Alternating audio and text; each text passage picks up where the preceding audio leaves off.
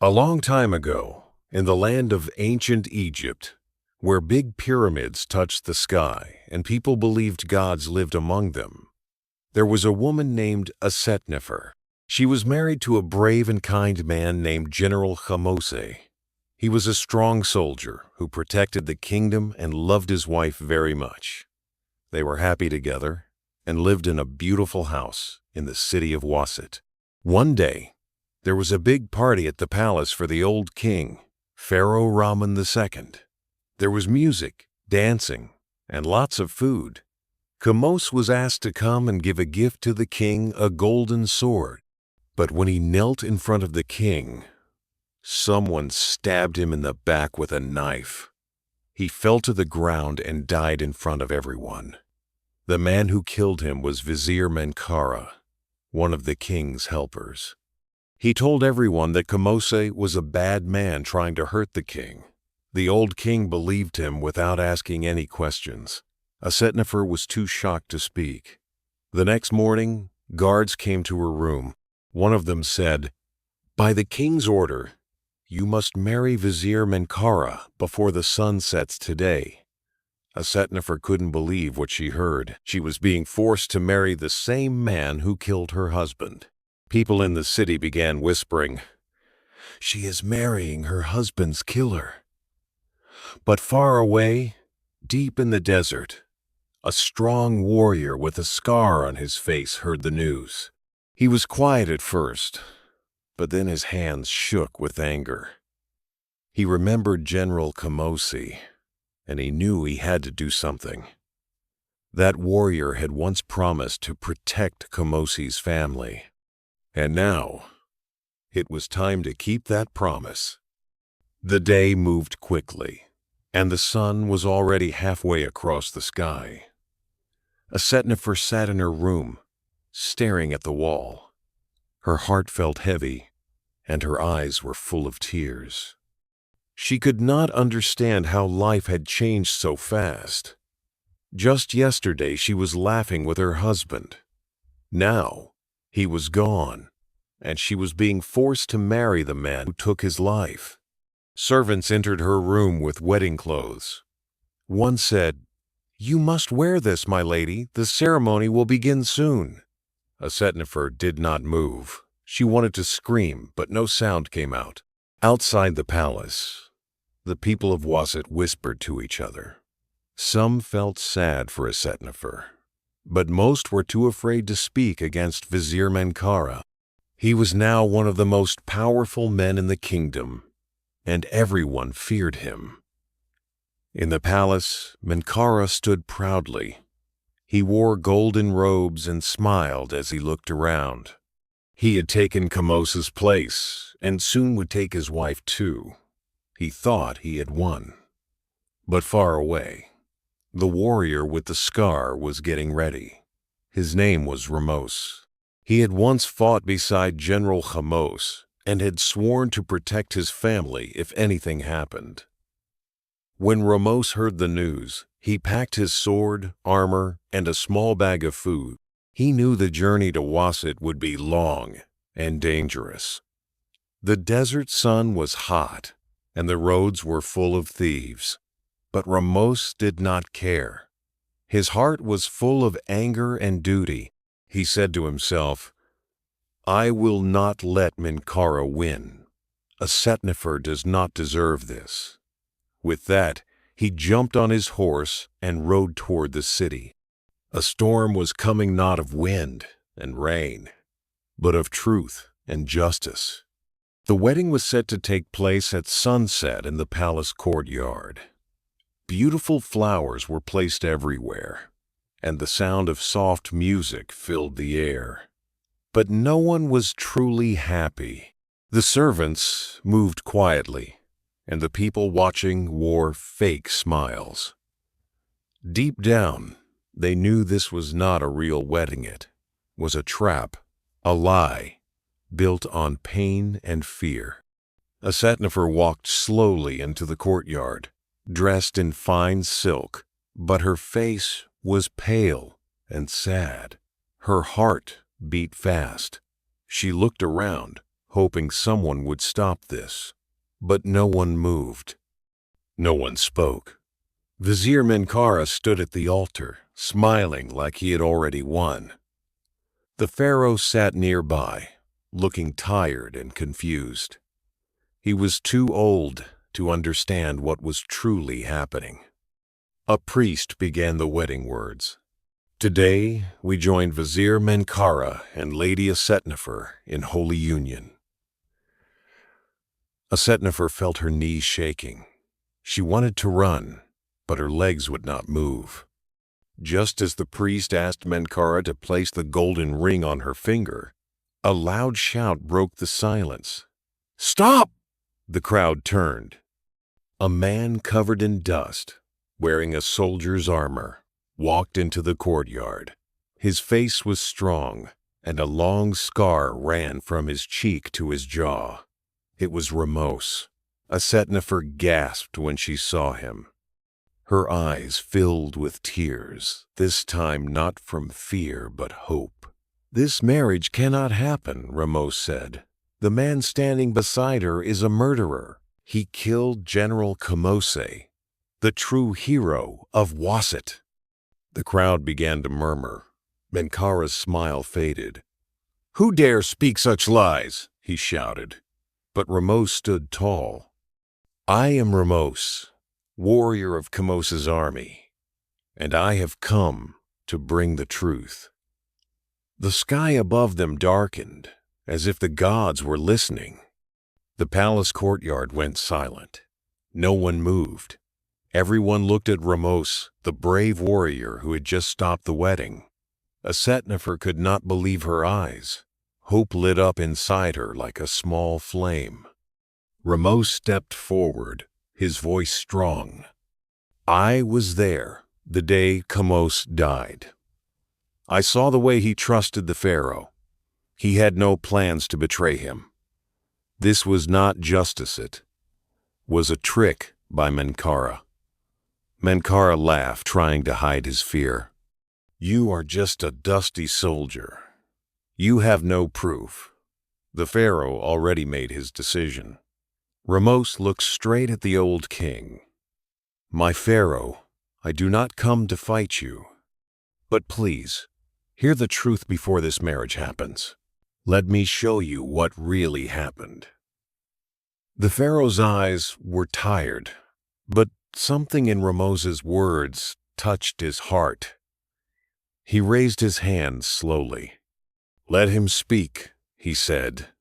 Menkara frowned, but said nothing. Khamose turned to the crowd. "Before Khamose died, he told me of a secret scroll. It holds names of those planning to take the throne. Menkara's name is on that scroll." Gasps filled the air. "Where's this scroll?" the pharaoh asked. Khamose reached into a leather bag tied to his side and pulled out an old rolled paper. "This was hidden in Khamose's armor. I found it when I buried him." A palace guard took the scroll and brought it to the pharaoh. As he opened it and read the names, his hands began to shake. "Menkara," the pharaoh said, his voice cold now. "You lied to me." Panic filled Menkara's face. "Wait! This means nothing," he shouted. But no one believed him now. Asetnefer looked at Khamose, her heart full of thanks. The truth had finally begun to rise, like the sun after a long night. The pharaoh's face grew dark with anger. His old hands gripped the scroll tightly. "You made me believe a lie," he said to Menkara. "You made me kill a loyal man." Menkara stepped back, his voice shaking now. "I only did what was best for Egypt, my pharaoh." But no one listened. The guards moved in, ready to arrest him. Suddenly, Menkara shouted and grabbed a guard's sword. "No one touches me!" he screamed. Chaos broke out. People screamed and ran. Menkara rushed toward the pharaoh, sword raised. But before he could reach the throne, Khamose jumped forward. With one quick move, He blocked the sword and pushed Menkara back. The two men fought in front of everyone. Steel hit steel, and the sound of swords echoed through the courtyard. Menkara fought like a wild dog, fast and angry, but Khamose was strong and calm. He blocked every strike, waiting for the right moment. Asetnefer watched, holding her breath. She prayed for Khamose to win. Finally, with one sharp move, Khamose knocked the sword from Menkara's hand. It flew across the ground and landed near Asetnefer's feet. Menkara fell to his knees. He looked up, sweating and scared. "Please," he begged, "don't kill me. I was only trying to survive." Khamose stood over him, breathing hard. He looked at the pharaoh. "This man tricked you and killed a hero. What should be done?" The pharaoh stood slowly. "Take him to the prison under the temple. He will face a true trial this time." The guards grabbed Menkara and dragged him away. The crowd cheered, shouting Khamose's name. Asetnefer ran to him and held his hand. "You saved us," she said, her eyes full of tears. Khamose looked at her gently and replied, "I only did what Khamose wanted." The sun had almost set by the time peace returned to the palace. The wedding decorations were still hanging, but the air felt different now, free and full of hope. Asetnefer stood beside Khamose as the people of Waset bowed to her with respect. No longer did they whisper behind her back. Now they saw her not as a helpless widow, but as a woman who had faced great pain and stood strong. Khamose was taken to the guest chambers, where he was given clean clothes, food, and rest.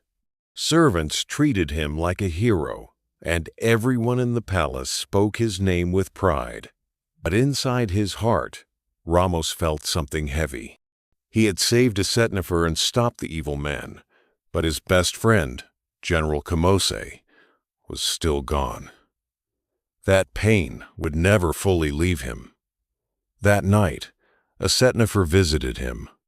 She brought warm bread, fruit, and honey water. They sat together in silence at first. Then she said softly, "Thank you, Khamose. I thought no one would stand up for me. I felt so alone." Khamose looked at her kindly. "You were never alone. Khamose was like a brother to me. He made me promise to protect you. I could not break that promise." Asetnefer's eyes filled with tears again, but this time they were soft tears. "He trusted you, and now I do too." Khamose nodded. "You are safe now. No one will ever hurt you again." Outside, the people of Waset lit lanterns and sang songs of bravery. The palace glowed under the moonlight. For the first time in many days, Asetnefer felt calm. She looked at Khamose and asked, "What will you do now?" He smiled gently and said, "I don't know, but I will stay until I know this land is safe for you and for Khamose's memory." The next morning, the whole city of Waset gathered in the palace courtyard. The pharaoh had called for a public trial. Menkara, now in chains, was brought out by guards. His fine clothes were gone, replaced by plain rags. His proud face was full of fear. The pharaoh sat high on his golden throne, with priests, nobles, and common people watching closely. "Menkara," the pharaoh said, "you are accused of murder, lying to your king, and trying to steal power. Do you have anything to say?" Menkara looked around, hoping someone would help him, but no one moved. "I did what I thought was right for Egypt," he muttered. But the people shouted, "Liar! Traitor!" Khamose stood beside Asetnefer, watching quietly. He didn't feel joy seeing Menkera fall. He only felt justice being done. A temple priest stepped forward and read from the scroll Ramos had brought. "These are the names of all who plan to take the throne," the priest said. "And Menkera's name is the first." The pharaoh nodded. "Then let it be known, Menkera is guilty. He will spend the rest of his life in the temple prison, where he will live in silence, away from the world." The people cheered. The guards took Menkera away for the last time. After the trial, the pharaoh turned to Asetnefer and said, "You are strong and wise. I was wrong to not listen to you. You will now be the royal protector of Waset." Asetnefer bowed. "I will serve the people with honesty and care." Then the pharaoh looked at Ramos. "And you, warrior, will lead my royal guards. Your courage saved this kingdom." Ramos bowed low. "It was my duty, my king." Peace had returned to Waset, and the people knew they had new leaders they could trust. Days turned into weeks, and peace spread across Waset like sunlight over the Nile. Asetnefer worked hard as the new royal protector. She listened to the people's problems, helped the poor, had made sure the palace was fair and honest. The people loved her more each day. Ramos, now the leader of the royal guards, trained young soldiers and protected the palace. He stayed close to Asetnefer, not just as her protector, but as her friend. Though their hearts were still heavy from the past, they both found comfort in each other's company. One day, while walking in the palace garden, Asetnefer looked at Ramos and asked, "Do you ever miss your old life, traveling far from the city?" Ramos nodded. "Sometimes, but this place feels like home now, because you are here." Asetnefer smiled softly. "You have become more than a soldier, Ramos. You are part of this land's story now." As the days passed, people from other cities came to Waset to see the brave woman who survived pain and the warrior who saved her. The story of Asetnefer and Ramos spread like fire across the kingdom. Some people even wrote songs and poems about them, but not everyone was happy. In the far corners of Egypt, old friends of Menkera whispered in secret. They were angry and wanted revenge. "Ramos has ruined our plans," one of them said. "He must be stopped." A message was sent to a dark group of men who lived near the mountains. They were fighters who worked for gold, not honor. "Find Ramos," the message read. "Bring him to us dead or alive." Back in Waset, Asetnefer and Ramos did not yet know what danger was coming, but something dark was moving toward them, and the peace they had found was about to be tested. The sun rose over Waset, casting golden light on the palace walls. Everything looked calm, but danger was already near. The group of hired fighters moved quietly through the desert, dressed in black robes and riding fat horses. Their leader was a tall man with a sharp blade and a cruel smile. "We take him tonight," he said. Back in the city, Ramos trained the guards like he did every morning. He didn't know eyes were watching him from the hills. Asetnefer was in the palace garden, helping a sick child from the village. Her heart was full of peace, but a strange feeling made her pause. "Something feels wrong," she whispered. That night, after the moon had risen, the palace fell quiet. The stars shone bright, but shadows moved at the edge of the walls. The attackers climbed silently, like snakes. Inside, Ramos sat by a small fire, sharpening his sword. Suddenly, a sound caught his ear. He stood up and moved quickly. 3 men jumped from the shadows. Ramos blocked the first attack with his sword, then kicked the second man away. The fight was fast and rough. The guards heard the noise and ran in, joining the battle. Asetnefer was rushed to a safe room by her servants. "Stay here, my lady," they shouted. But she grabbed a spear from the wall and said, "Number I will not hide." She ran into the courtyard where Ramos was fighting 5 men at once. She threw the spear with all her strength. It hit one attacker in the back, saving Ramos's life. Together they fought side by side, like warriors in an old legend. When the battle ended, the attackers were captured or gone. Ramos looked at Asetnefer, blood on his arm, and said, "You fight like a queen." She smiled. "And you protect like a king." Morning came, and the city of Waset slowly woke to the news of the attack. People gathered outside the palace gates, worried and afraid. But when Ramos and Asetnefer stepped out together, standing tall and proud, the crowd began to cheer.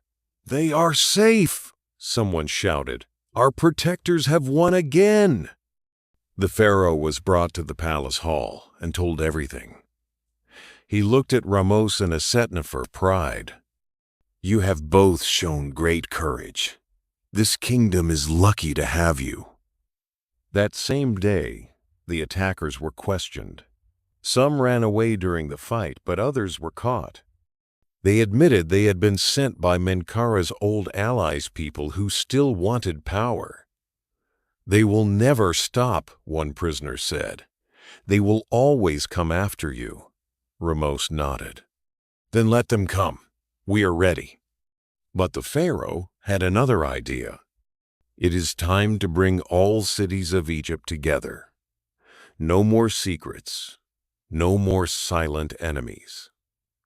He named Asetnefer as royal governor of Waset and gave Ramos the title of High General of all royal guards. Together, they would travel across the land, bringing peace, strength, and justice. Months passed. Asetnefer became a voice for the people. Ramos trained new warriors to defend the weak. They worked side by side, stronger than ever. One evening, as the sun set over the Nile, Asetnefer and Ramos stood on the palace balcony. "Do you think Khamose would be proud?"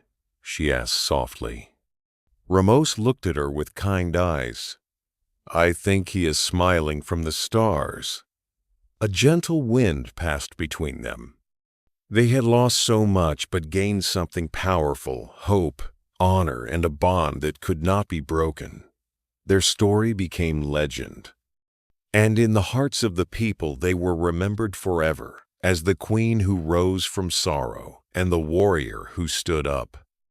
And that was the story of a brave woman who faced sorrow, a loyal warrior who stood for truth, and a kingdom saved by courage, not gold. Asetnefer and Ramos showed us that even in the darkest times, strength, loyalty, and honor can light the way. Now we want to hear from you. What did you learn from this story? Would you have made the same choices as Asetnefer or Ramos?